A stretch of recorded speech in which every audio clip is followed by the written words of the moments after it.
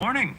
Hi, good morning, Jason. Thank you so much for being with us. I feel like today is the perfect day to just be crocheting, eh? It definitely is. I actually live 1 hour north of Toronto. We have a lot of snow already, probably 15 centimeters already. Yeah, incredible. And, we're hearing that being the case for folks across the GTA. Tell us, why do you think so many people have taken up crocheting and macrame over the course of this pandemic? I think that we've run into unexpected amount of time on our hands. I think that's what it is. And whether we had a hobby on hand that, we wanted to devote some time to, we just found that extra time. And for me, it was more like, I was working from home, and it was something that, took away from my day job, and kind of you wind down at night and you just are spending time with this hobby that you didn't really have enough time for before this pandemic. And it is something that has really brought me, a sense of calming, and, it's a kind of like a temporary distraction from our long days during this pandemic. Everyone's going through kind of a different wave of this, and there's a lot of ups and downs, and I think it's important for us to take time for ourselves. And I think that's why a lot of people have gone to maker hobbies and crafting.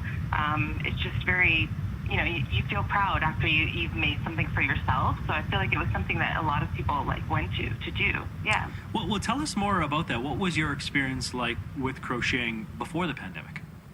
Yeah, before the pandemic, I started crocheting for fun as a hobby. My grandma taught me when I was about 10 years old, just the basics of crocheting, and I picked it up during my first maternity leave just as a side hobby. So yeah, I've been doing it for 8 years, and it kind of, in the last 3 to 4 years, it kind of picked up quite a bit. I've gone viral a few times with my content online, and I've realized that, a ton of people want to do this. So, to be honest with you, Jason, I'd be doing this regardless anyway, because I love doing it. And when I watch TV, I can't sit there without not having to do something in my hands.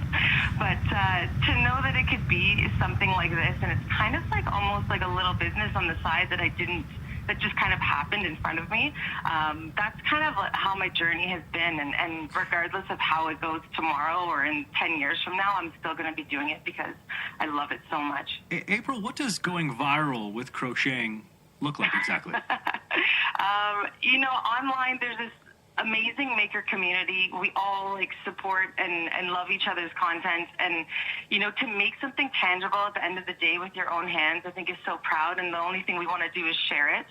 So when I say viral, I mean, I've done tutorials, and I do them multiple times a week, of different ways of how to make things. So making a blanket, or how to knit a sweater, or to make a headband. So I've done a lot of those in the last couple years, and once the pandemic started and a lot of people started getting online trying to learn these techniques, I had a couple of videos go viral. Just of my one video that shows how to make a headband I have almost 3 million views on this video already. So nice, yeah. Very nice. My sister's gotten into crocheting in a big way over the last year or so, and for her birthday, I got her one of these subscriptions. It's like a subscription that sends her different items that she can crochet together, different outlines and whatnot. So nice. The best part about that is it actually unintentionally becomes self-serving, because now she'll send me some of the stuff that she crochets. So that worked out perfectly for me, I have to say.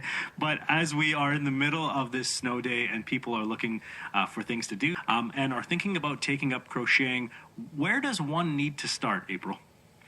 Honestly, like I said, I learned the basics on my own, and then I just went online. I went to YouTube, and I only knew how to crochet, and I didn't know how to knit or punch needle or embroidery or macrame, and I learned all of those things online.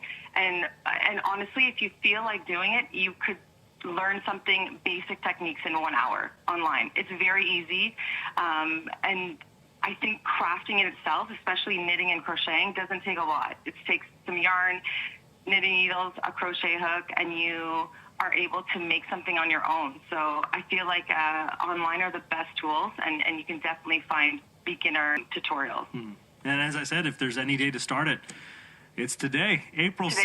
Today's the day. So great to hear from you. Thank you so much. Stay warm, stay safe, and thanks for doing this with us. Thanks, Jason. Have a great day.